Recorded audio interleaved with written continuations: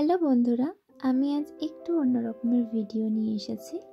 আমরা যারা ক্লে দিয়ে কাজ করতে ভালোবাসি তাদের অনেক সময় কি হয়, বাড়তি কিছু ক্লে বেঁচে যায়, যেটা রেখে দিলে পরবর্তীকালে শক্ত হয়ে যায় এবং সেটা কাজ করতে পারি না।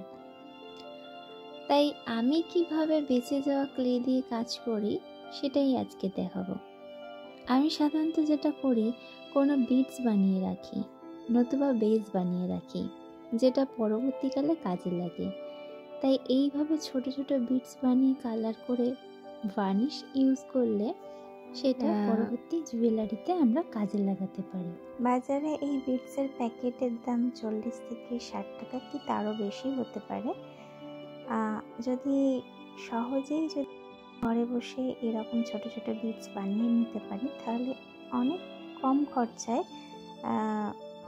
সুন্দর সুন্দর জুয়েলারি আমরা তৈরি করতে পারবো। যদি এই ভিডিওটা তোমাদের কোনো কাজে লাগে তাহলে প্লিজ লাইক, কমেন্ট, শেয়ার করে দিও। আর আজকের জন্য এইটুখানি। পরবর্তী ভিডিও নিয়ে আবার আসছি। আশা করি তোমরা সবাই ভালো থাকবে। ততক্ষণের জন্য টাটা।